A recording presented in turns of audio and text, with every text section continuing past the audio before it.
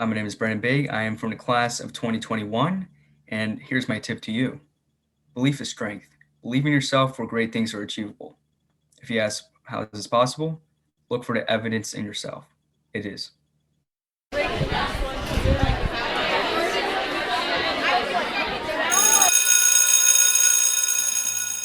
Welcome everybody to this episode of the ninth grade experience. In addition to talking to ninth graders, one of the things we're going to look to do is talk to some of our upperclassmen here at Emmaus High School and beyond to get some words of wisdom about what their ninth grade experience was like, what they did during their ninth grade year, and translated it to the remainder of their high school career and beyond, and then giving some tips and advice for our current and upcoming ninth graders. I don't, maybe calling it like throwback ninth grade or something, I don't know, but our first Throwback ninth grade podcast guest is our 12th grade senior class president, Brendan Baig. Brendan, thanks a lot for joining us today. Absolutely. Thank you, Mr. Stucker, for having me.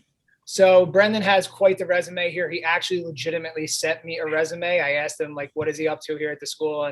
And we've seen him in lots of things.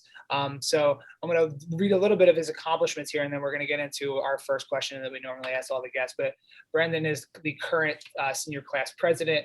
He is a member of the National Honor Society. He is the founder of the Students Against Vape Elimination, or the S.A.V.E. program. That's an organization here at the school preventing, talking about the dangers and all the things that are associated with vaping. He's on the track team. He is, I'm trying to look at all the other stuff here real fast.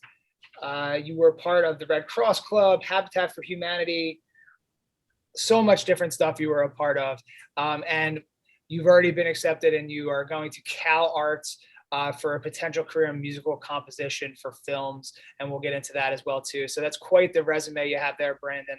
But let's start with your ninth grade experience. So this is all the results of your 4 years of hard work, but think back to what your ninth grade year was like and tell us a little bit about what that was like for you here.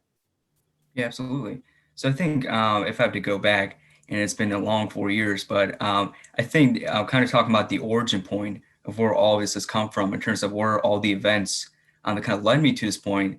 And as you nicely read off the accomplishments that I've achieved so far. So I think if I have to go back to my ninth grade year, I would say that it could be summarized as a extension of my high school, kind of pretty much from middle school, that some of the qualities from there, I realized that, this is not going to translate super well into high school, and also kind of later on in my life. So for example, when I was a kid, so pretty much elementary school, middle school, very shy, very timid, like to keep to myself and try to stay out of things as much as possible.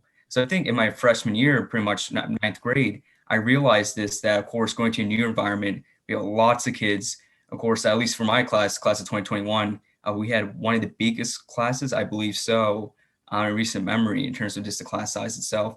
So I think just being there, realizing, okay, this is where you actually need to socialize. You're going to find kind of fulfillment and getting involved across many different things within your school community and outside of school. So I think from there, I decided, I want to do something about this. I want to change the way I was kind of perceiving things in terms of being afraid and being kind of very kind of inward, as opposed to kind of seeing that, look, this is the direction I want to go to, kind of being outward, being communicative with other people, and kind of being able to help out in some way. So I think from there, ninth grade, I kind of changed to this new mindset. All right, I want to change myself for the better, and hopefully I can change the people around me as well. So then, for example, one of the many great teachers, of course, throughout my years, and I stay in contact with today, is Mrs. Launer. So she was my American Studies teacher freshman year, and then she presented this opportunity one day, a great opportunity to become an exchange student, a German exchange student. So from there, the funny thing was she was asking for volunteers, wants to be a backup in case one of the 6 original students who were planning to travel could not go. So I volunteered thinking, okay, this is my first step in this process. I knew that was going to take a long time. So knowing that it's a possibility, nothing's in stone yet in terms of this opportunity that's going to happen, but I was hopeful. And the day did come where the opportunity did present itself, and I accepted the opportunity to become an exchange student. So I guess just becoming an exchange student, and then seeing that, many things that came with it, many skills I had to develop in terms of this social skills, being comfortable in new environments. I think from there, that was a stepping stone that allowed me to say, hey, my ninth grade, to summarize it as that, I think it's one where I opened my eyes to the possibilities of who I can be, what I can accomplish, essentially. Now, I want to come back to the story about the exchange program, and we talked about that before we started recording. But was there some sort of event or catalyst that you had decided, like you said, coming from middle school to high school, you just kind of had this idea that you needed to kind of change some of your things? Was there somebody that was telling you this? Did you figure this out? Like, what was that process like? Because you made a lot of big changes there that you talked about. And that's not usually the way that like eighth graders and ninth graders think. So was there something that was leading you in that direction, a goal that you had, or something maybe that an outside influence that was kind of pushing you that way? Mhm. Yeah, absolutely. So I think really that what kind of led me to this kind of thinking was really towards the end of eighth grade. I think I realized in myself that I could do better in some aspects. So I think really not just kind of going for it in that kind of sense, maybe fully in middle school.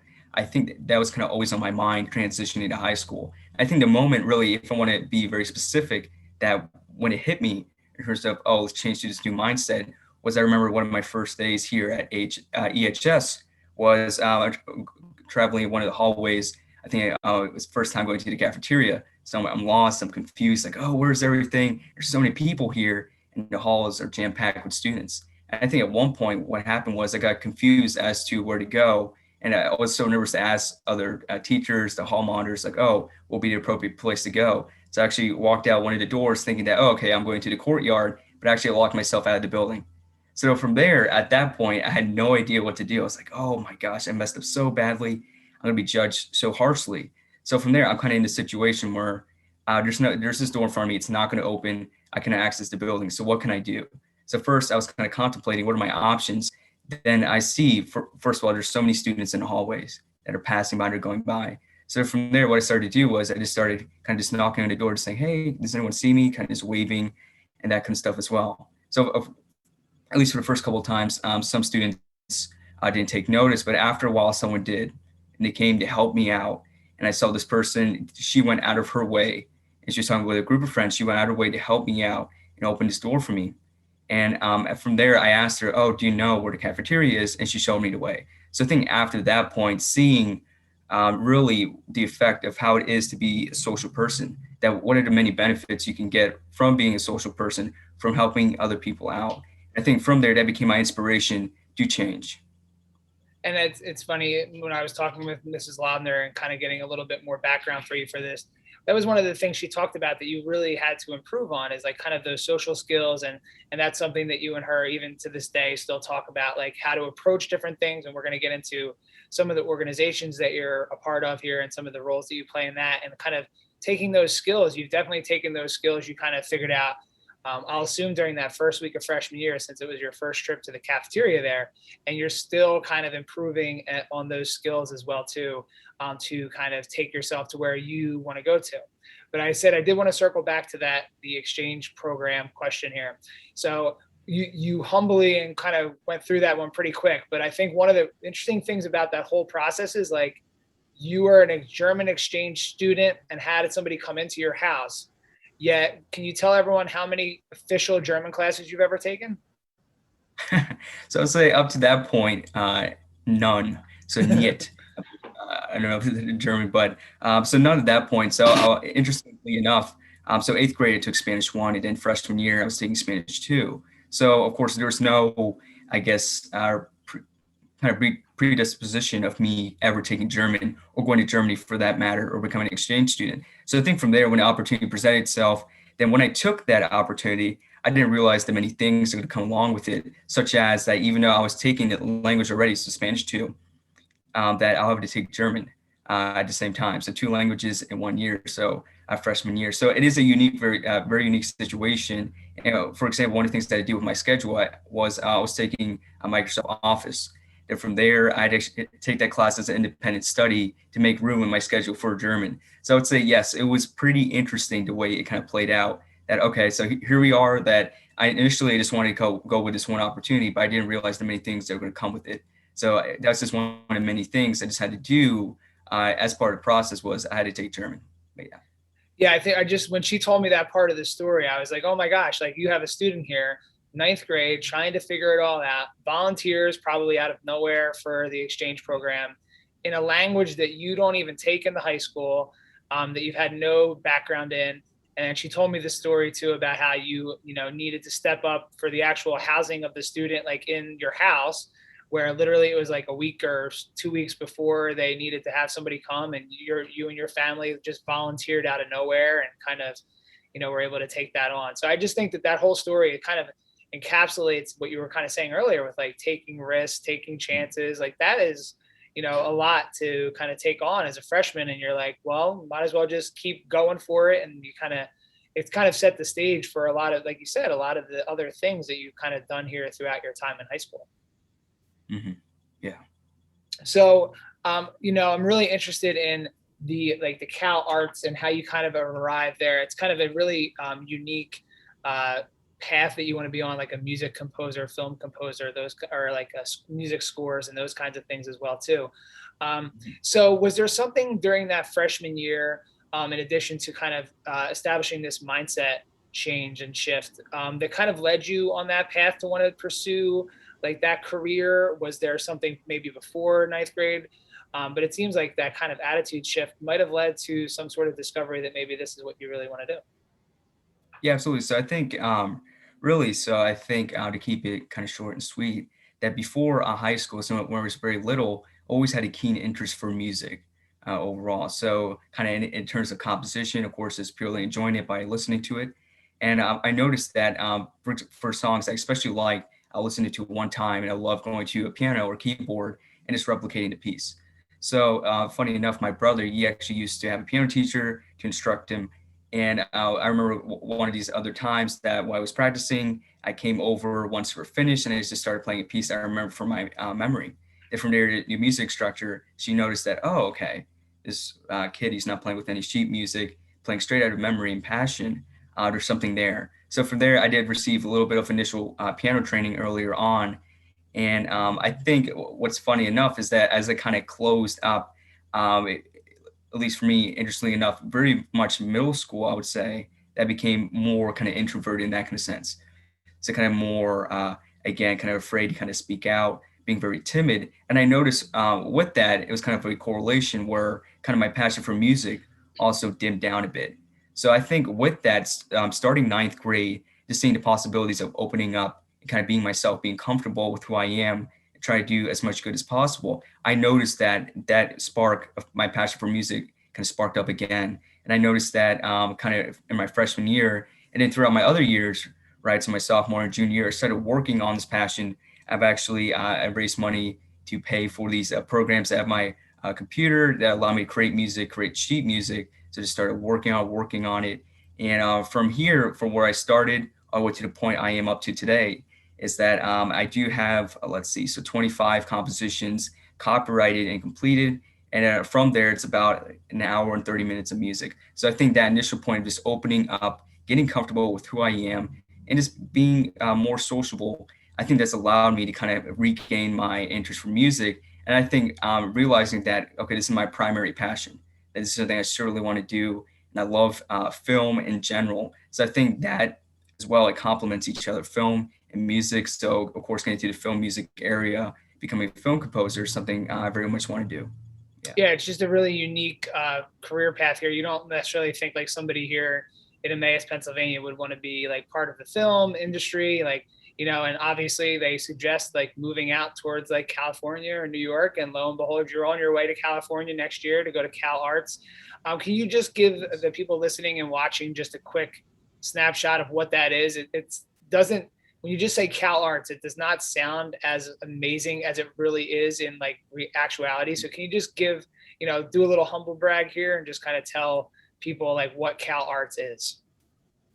Absolutely, yeah. So CalArts, which stands for the California Institute of the Arts. So what it is, of course, I'm going to try to say this as humbly as possible. It is one of the best art schools in the world, and primarily it was actually founded back in the 1950s, I believe, by Walt Disney. So the primary reason that I applied to that school and applied to many schools, that this school in particular, that of course founded by Walt Disney, becoming what it is, pretty much it became a breathing ground for art in terms of it purely, it just focuses on the arts from animation to filmmaking, of course, music. And what it does is that it allows for areas of collaboration between artists in a professional setting. That's very exciting near the LA area as it is located in Santa Clara. And the very cool thing about the school, of course, and being extremely collaborative, and professors there who are actually working in their fields, whatever it may be, animation, music, filmmaking, is that they're known to be alumni who've graduated from there, who have worked on Disney projects and who are currently working on Disney projects. So I guess they give two examples. I'm sure, Mr. Stocko, you ever heard of Tim Burton? Yeah, that's the Nightmare Before Christmas guy, right? Yes. So As him as and many other films. Yeah. as people will know, if teachers that have worked with me and students, I'm usually very terrible on movies. Like I don't know a lot of movies, but Tim Burton's name I know. My kids Yes. have watched Nightmare Before Christmas, but I can't say that I've ever sat down and watched it with them. But that one I do know. Now, if you're going to go deeper than that, I'm not 100% sure, but go ahead. Yeah. I guess, yeah, I guess maybe just sticking kind of very surface level stuff. But so Tim Burton, of course, he directed that film amongst so I'm a nerd. I love Batman, Superman, superhero stuff in general. So he directed one of the, well, two of the original Batman movies. So he graduated from that school as a film major. And then also the director of The Incredibles. And also, so I'm a film nerd as well. Mission Impossible 4, Brad Bird, he also graduated from that school as well. So there's known alumni who graduated from the school who actually worked in the field, and it's quite exciting. And one of the great things is that I've actually recently went to an orientation, and one of the things they talk about, especially for kind of film music, and if you want to focus on that area of concentration, is that they discuss how since they are so close to the LA area and they have connections within the school, that you're able to meet working composers who are actually working on films. And if you want to, you can become interns under these working composers. So at least that prospect alone just excites me so much. But yeah. Yeah, it's just so cool. Like, you know, normally with ninth graders, we're talking about like things that can set them up for success later on down the road. And we're hearing a story today of somebody that, you know, kind of had that kind of revelation in ninth grade, kind of what we talk about, like gaining your foothold, finding the things that you're passionate about. And the people that are listening are getting a chance to really kind of see what can you do if you kind of follow what you want to do and apply lots of passion and hard work to all of it. One of the things that I did want to share is that you volunteered. Well, I asked and you volunteered that we're going to use one of your pieces of music here to kind of do some of the music breaks in this episode here. It's kind of like a sneak preview of something you may hear at graduation. You won't get to hear the whole thing, but you will get to hear parts of it. So a little exclusive here, I guess that would be almost, I guess, if we want to keep in the movie terms, sort of like a trailer for what's coming up in a couple months there. So we're proudly going to play that as parts of the episode here, and maybe we'll leave a little bit of maybe a deeper cut, maybe a couple extra seconds at the end so you can hear what that might sound like. But again, to me, that's just so cool. One of the early ideas I had when I started this podcast was to get students involved in the making of like a theme song or music that goes with it. And I had the idea of like, your SoundCloud rapper or somebody like that coming up with some sort of crazy song. And never did I think that in our own school we would have somebody that would be like a musical composer. So it'll be kind of a neat opportunity to kind of include that in this music in this episode here to kind of again highlight some of the work. And again, at the end we'll talk about where people can go and search out all the different things you've done. You have a YouTube channel and stuff like that, so we'll give you a chance to kind of again sell yourself at the end. I know that's not one of the things that you normally don't like necessarily want to do, but you're on here once, so you might as well sell yourself as best you can. So one of the things that maybe you were been most visible with, and it like before we all kind of became invisible or 2x2 boxes on the screen here, was your role in trying to organize the S.A.V.E club, which is the Students Against Vaping. I always forget the E, sorry. Don't worry. Again, in that program. And again, that was a real hot button issue at the time that you had started it. And, it was a major issue going on here at the high school. And it was kind of, dominating some things that were happening, obviously with not as many people here in the building, and kind of the events that have transpired over the last 13 months, that's kind of probably taken a back seat. But when you kind of started that and kind of came up with that idea for an organization to target that, was that something going along with like what you talked about, like finding things that you're passionate about and just trying to do something with them? Like, how did that become one of your missions, and kind of trying to make a change in that area? Yeah, so I think what it is, at least to me, just kind of overall, these past 4 years, right, my high school career, I see it all by, it's a very much a process. So, of course, one thing builds upon another and it keeps going and going. So, I think in this sense, to save what it was really my junior year, I think it was born out of, at least for me, a necessity to see an issue that was becoming more widespread as the months went by. And I think for me, of course, at that point, being more comfortable with talking and communicating. At that point, my sophomore year, I was able to join the cross country team. So of course, I got used to being within groups, talking to other people, and kind of and things like that. So I think in that kind of sense, in my junior year, one of the things I wanted to do was, what is one issue I can look at and make a difference on? So I think out of all the issues that were happening at the time, and as you're saying, it was a hotbed issue, vaping, as it was in many some middle schools and many high schools, I'd say nationally. So I think what it did was I kind of looked at this problem as it was experiencing it firsthand. So what I mean by that was, for example, if I had to use the restroom during a class, sometimes the restrooms would be locked because someone might have been, they were found vaping there kind of earlier. And so that would be an extreme inconvenience for me, and I'm sure for many other students who might need to walk all the way across the building just to use the restroom and to come back to class. So I think, of course, that's just one of the things, just being this inconvenience of, okay, the bathrooms are locked.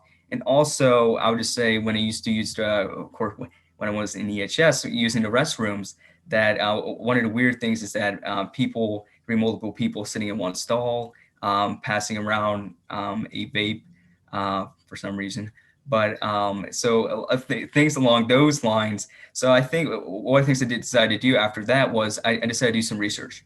So because at least at that point and before, I remember vaping, it was coined as the healthier alternative to smoking. So I think from there, I want to do some research myself to see, is it really though? So I kind of dived into it more, researching e-cigarettes and kind of vaping and the vape pods and things along those lines. And what I found, at least for me, was startling, that some of the reports and the studies done, that they actually found it to be worse compared to smoking in terms of the long-term effects of what it could have, despite its appearance and the way they market them as, oh, kind of tutti frutti, or blue raspberry flavors, or these kind of things that sound like you can get from Rita's. So I think just that aspect of seeing deceptive marketing along with the health effects, that I think that really strove me to be like, okay, we do have this issue. It is prominent, not only just in, of course, EHS, but across the nation as well at that time. So from there, this is when I collected my research into a document, and I highlighted the most important points. So now, of course, I went to Mrs. Laubner, a teacher I knew for a long time, and I trusted, and I talked to her about it. She said, oh, this is a really great idea. This is a hotbed issue. Let's talk to Dr. Kiris. So on a fateful day, I was able to talk to Dr. Kiris, present the information I had. Then from there, S.A.V.E. became a reality, and we just started working on the idea itself. We started expanding. And of course, I had many meetings with teachers, Mr. Noni, Dr. Kiris, to get this done. So I think, especially my junior year, as the year went on, S.A.V.E. was being more developed, it was being formed. We had students who were started to take interest, people becoming members, officers. So it was really exciting. And I remember that one day, Dr. Kiris, she asked me, oh, can you speak at a faculty meeting? And I said, oh, okay, sure, yeah. So I thought initially it's going to be like 10 people. So maybe, oh, just the principal herself. So just the assistant principals, maybe some other individuals as well. But it turns out it was the entire faculty, maybe even some of the custodians as well. So I thought, oh, wow, this is a lot of people. But what I did was I remember exactly what I needed to talk about. And I think for me, what it came down to was explaining why, well, first of all, why I'm speaking to all of you first, and why do I believe this is such a problem that we need to take action on it. So, of course, I gave the speech, and teachers, they told me that I did a good job, and hopefully I did, and it seems like it did work out. And I was able to talk to teachers more about it, especially what's safe to say at the time. They had these stickers, and we were planning to utilize them in a bigger way. So we were getting the ball rolling in that kind of sense. as it was kind of moving towards mid 2020. It was about right before, I would say, March or something like that, where things were starting to get really picked up. And one of these days, it was funny. I was talking to Mr. Nodi one day. We had a meeting. One of the things that came up was there was something happening in the Bethlehem Steel Stacks. That PBS 39, they were hosting a local event. It's going to be a televised event. And what it was, they're going to have health professionals come over and talk about vaping, the side effects, and have a student himself who, unfortunately, went to the hospital for vaping and the side effects, and talk about, oh, okay, why, what kind of drove him to vape, and what are some of the side effects and consequences he faces today for vaping. So since none of the really, I guess the administration wasn't able to go, neither were any other students, since Mr. Noni knew that, okay, Brendan's doing this thing with S.A.V.E, he asked me, oh, we like these tickets to go. So of course I accepted, saying, yes, this would be a great opportunity. So I was able to go there. I was able to sit through the event. It was really cool. And one of the great things, I was actually able to meet a PBS 39 reporter after the fact. So when I was able to meet up with her, I told her, okay, this is what we're doing at EHS. We're trying to spread awareness of the harms of vaping. Hopefully students can realize this and be like, yeah, this is not exactly for me in terms of when they want to vape. So from that point, she actually discussed that she wanted to interview me kind of during one of the upcoming months. So I thought, okay, this is fantastic. So it was March, I believe, and we set up an interview to be done in the library. So Ms. Lauren and I were ready to go. We were so excited. And what happened that Tuesday, we were supposed to have it that week. This is the time where we had those first 2 weeks off for COVID. So of course, starting from that timeline all the way up to now, I would say that, of course, COVID for everyone has messed up a lot of stuff, just to say the least. And I think at least for S.A.V.E, what we're trying to do up to today is that, of course, vaping is not really talked about anymore because of many other things that are seemingly more kind of more hot button issues now. So I think one of the things we've just been trying to do is that we've been building a website, of course, now to kind of increase our online presence. We've been thinking we're going to do a fundraiser to increase funds for the club itself. And we're planning to kind of stick with our message as well. So I think one of the things I'm doing right now is that, since, of course, it is my last year at EHS, and sadly, I wish I had more of last year to kind of build upon S.A.V.E a bit more. So one of the things I'm looking for is that I've been talking to people like, oh, who could be the best candidate for S.A.V.E, who can help run this thing past as kind of just kind of continue to your future, as many of the officers themselves, they're seniors as well. So just trying to see that hopefully by next year, we can get a good team on and continue S.A.V.E.'s mission. So hopefully, if you are a freshman or anybody that's listening and you're interested in that, reach out to Brendan. He'll kind of fill you in on what those things are. You know, just you can email him or find him however you can, and we'll include that at the end as well too, and a link to the website if it's live and running. But again, there's so many parts of that story. We don't have time to go into every single part of it, but just highlighting some of the things you found an issue that you were passionate about. You did the research, you put the legwork in, you found events, you kind of talked to all these different people. And I do remember the day that you talked to the faculty. And I always think it's interesting when you have kids that want to come, they come in and they present to the faculty meeting, and thankfully they let you guys go first while everyone's still fresh and kind of there at the meeting. Like, they would set you up not really for success if they let you on at the end there, because everyone's like kind of unruly and wants to get out of there, just like every other meeting that everyone has. But you came on first, you spoke really well about your topic and kind of informed people of what was going on. At that point, people were not really aware of all the different things and your group. So it's just kind of the common themes of your story are just kind of linking all together here. It's like, stepping out of your comfort zone, being able to communicate your ideas, like showing how important doing the legwork is for all those different things. And then the opportunity of just, kind of, going to an event, talking to somebody, making that happen for yourself. And you were almost on TV. I guess this will just have to be a close second. But you were almost there on TV and kind of spreading that message around. And again, it's kind of like, I know when Mrs. Lobner and I were talking yesterday, she said like one of the things you guys have always talked about is like kind of how to make those connections. And especially in like the industry you're going into, it's all about connections. There's lots of talented people that will be out there, and it's kind of like, who do you know, or how can you kind of move the ball forward here with your own ideas? And I think one of the interesting ideas that you have here, we'll kind of start to wind down a little bit here, but one of the ideas that we had talked about or emailed about was, I believe it's called the Council of Clubs. that I think is kind of an interesting idea here. I know one of your messages as the senior class president was to try and foster more communication for all the different groups, so that kind of everyone knew what they were doing. And I think one of the things we're trying to do now is kind of, there's a lot of groups that are bringing to light many individual areas of concern within our building and our community. And we're trying to kind of figure out like how to get everyone on the same page. So it's not like 8 different messages being talked about. It's kind of like 1 or 2. And your Mhm. Council of Clubs idea, when you said it, I said to you, I think in the initial email, it sounded like something out of Game of Thrones or something. But I think it's a really neat idea. So you may be giving away a $1 million idea here, but talk to me about what you envision the Council of Clubs being. 'Cause I think that's an idea that hopefully, if it comes to fruition, will outlive your time here at Emmaus High School. Because I think it's a pretty good one. Yeah, of course. I want to give you credit, Mr. Stucco. So everyone watching, so he came up with the name Council of Oh, Clubs. I did. Oh, I did. You know what? I did say that, right? I forget exactly. Yeah. So, okay. I'll trademark that. Put that on your t-shirt next year, everybody. Council of Clubs.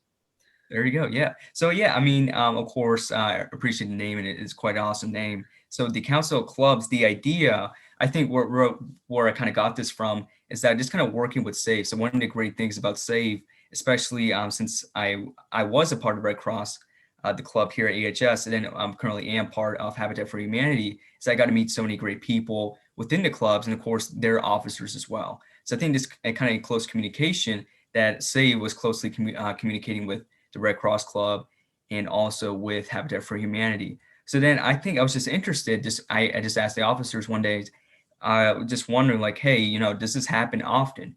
That where you have maybe different clubs come up to each other, or any clubs come up to you and specifically ask like, hey, can we work together on this one thing?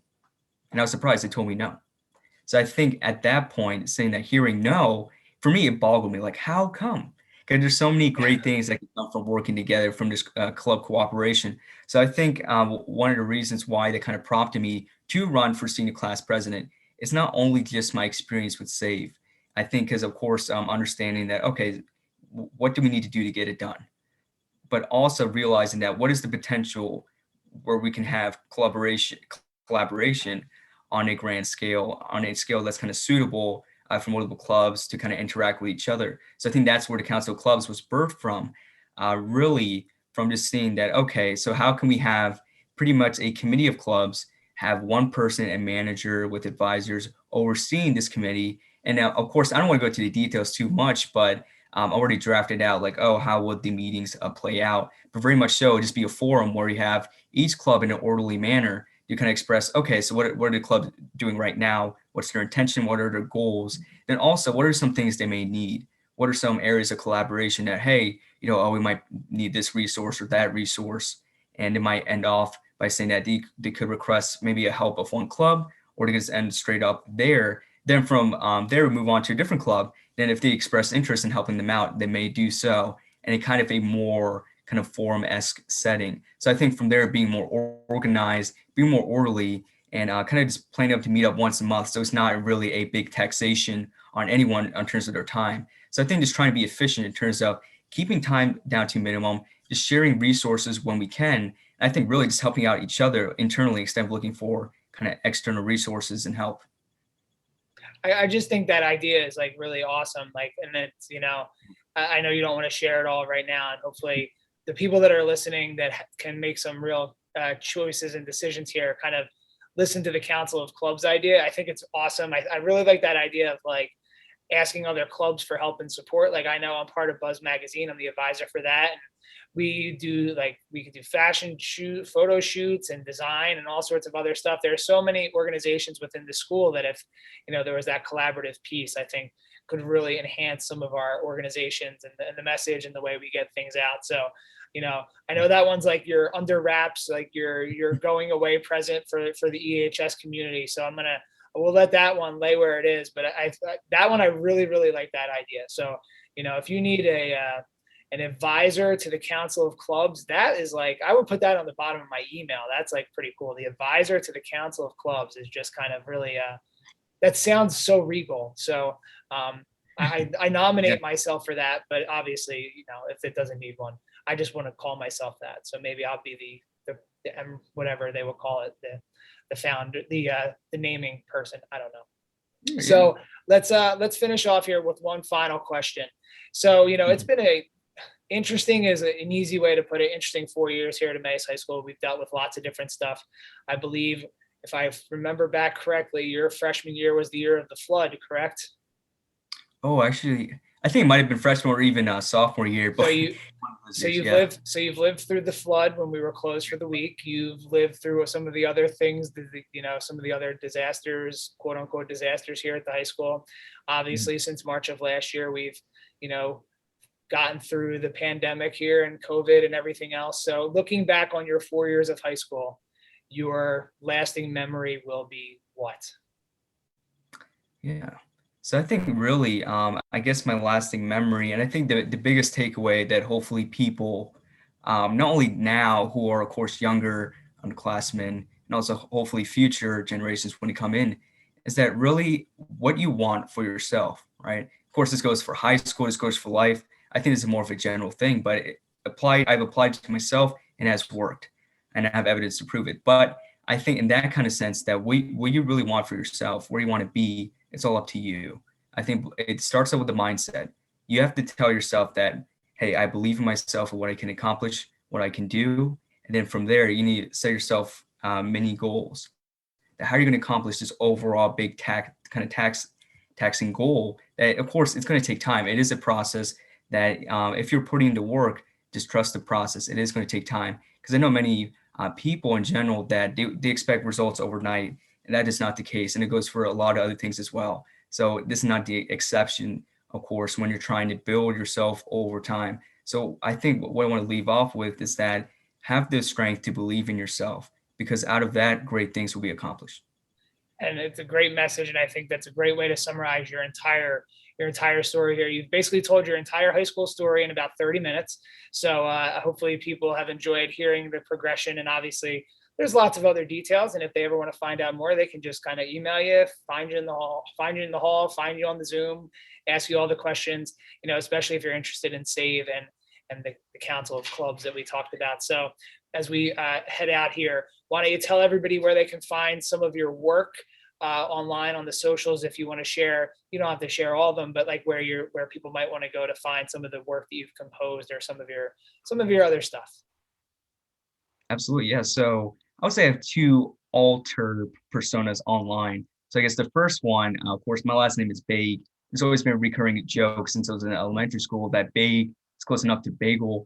So, for example, my Instagram, if for those who are interested, it is Bagel21. So it's my last name, Baigel, just 21. From there, of course, you can find other stuff about me, but most importantly, you can find my work there in terms of music and other updates that are upcoming for various things. And also, in terms of if you just want to focus strictly on the music, my other kind of alter persona is the BB Composer. So from there, it's just then capital BB, my initials, then Composer. You can find me on YouTube and also on Instagram as well. So we'll link to that in the notes here at the end. But again, so much thanks, Brendan, for taking the time out to talk to us today. Hopefully, your story is kind of for the people that have made it this far. Hopefully, your story has kind of ignited a passion in them, and just hearing you tell the story. And if you're listening to this, you don't really see his facial expressions, but just watching him talk about the things that he's involved in and the passion that he has for all these different things is this is why I kind of like doing the podcast, because you get to hear these cool stories of students that are doing awesome things that in our building that we don't know all about all the time. But we're so glad to be able to share your story today for the freshmen and to kind of look back on your 4 years here at Emmaus High School. So Brendan, thanks a lot for joining us today. Mr. Stogo, thank you so much.